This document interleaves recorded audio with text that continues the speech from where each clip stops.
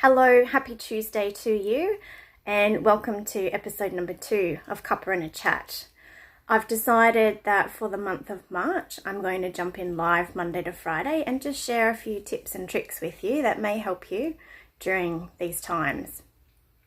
So today's topic is how to fill up your cup so that you can be your best self and fulfill all the roles that you have in your life. Because we know that when we're depleted, when we're tired, when we're exhausted, we can't give our best selves.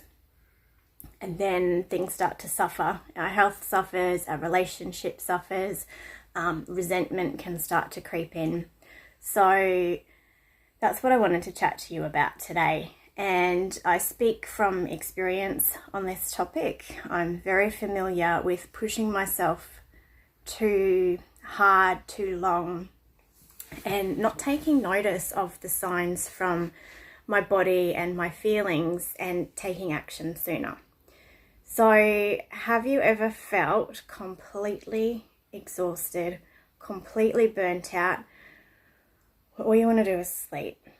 You just physically cannot give any more of yourself. Let me know if this has ever happened to you.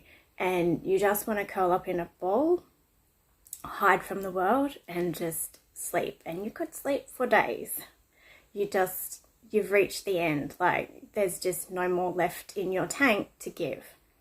So I learnt this lesson a number of years ago when my daughter was quite young and I was looking after her and I was working full-time in a managerial role.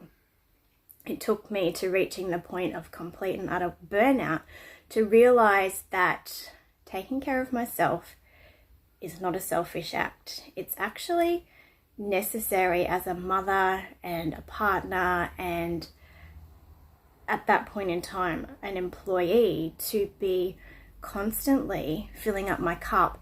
And by that, I don't mean, every now and then it's a massage or it's getting your nails done or it's a facial. Those things are nice, but they're not sustainable in the long run.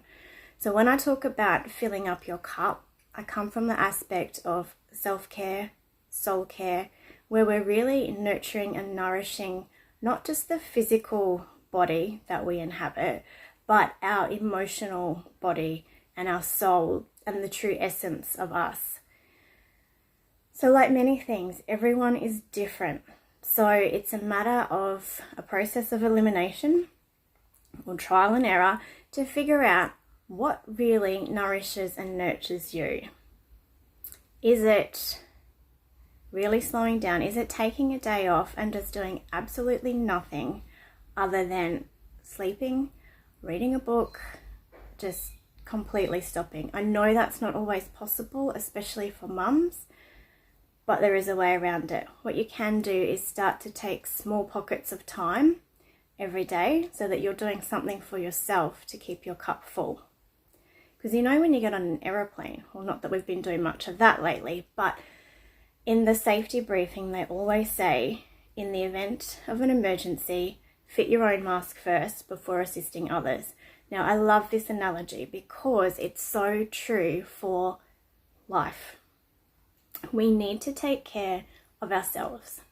When our cup is full, when we are feeling whole, when we are feeling vibrant, refreshed, we feel nurtured and nourished, we can then help others. We are coming from a place of love, from integrity, from authenticity, not from a place of lack, which is the opposite, where we run ourselves ragged for everybody else to the detriment of ourselves, and our health suffers. So start to discover and play with small things that you can bring to your days. It may be, and I talked about this the other day, it might be a cup of tea in the morning. It might be waking up 5 or 10 minutes earlier and meditating. And it may not be cross-legged meditation. It might be outside just observing the wildlife. It might be jumping in the shower, some really nice body wash or essential oils, and really soaking in the experience, feeling the water on your body, feel the feelings that you need to release, just washing away as you wash your body. So there are so many things that you can do. If you've got a favorite self-care, soul care practice that you follow already, please feel free to share in the comments, because you may just spark an interest in somebody else. You may give them an idea that may help them to start to develop a practice for themselves, because I don't have all the answers. I only know what's worked for me and what I've shared with clients and what's worked for them over the years. So if you've got something, please, by all means, feel free to share it. But for me personally, it's tiny little things done repetitively rather than massive things that cost a lot of money. I don't believe that nurturing ourselves should be an expense. I believe that we have enough resources around us that it can be a really beautiful ritual that we can create for ourselves every day.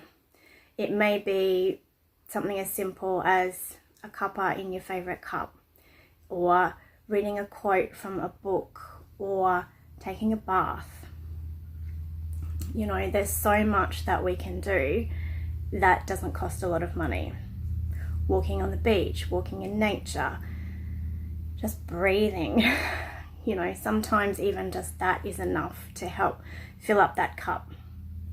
So I'm going to leave it there for today. Feel free to share any of your self-care, soul care practices with us, like I mentioned. And if you've got a topic that you'd like me to cover in a future Cuppa and a Chat, please feel free to comment below or send me a PM, and I'm more than happy to chat around that based on what I know and what I've experienced. Have an amazing day, and I look forward to checking in with you tomorrow. So Cuppa and Chat, I intend to show up Monday through Friday around 9 o'clock, depending on my schedule. But have an amazing Tuesday. Get out there and just be. And make sure you do something tiny for yourself today. See you later.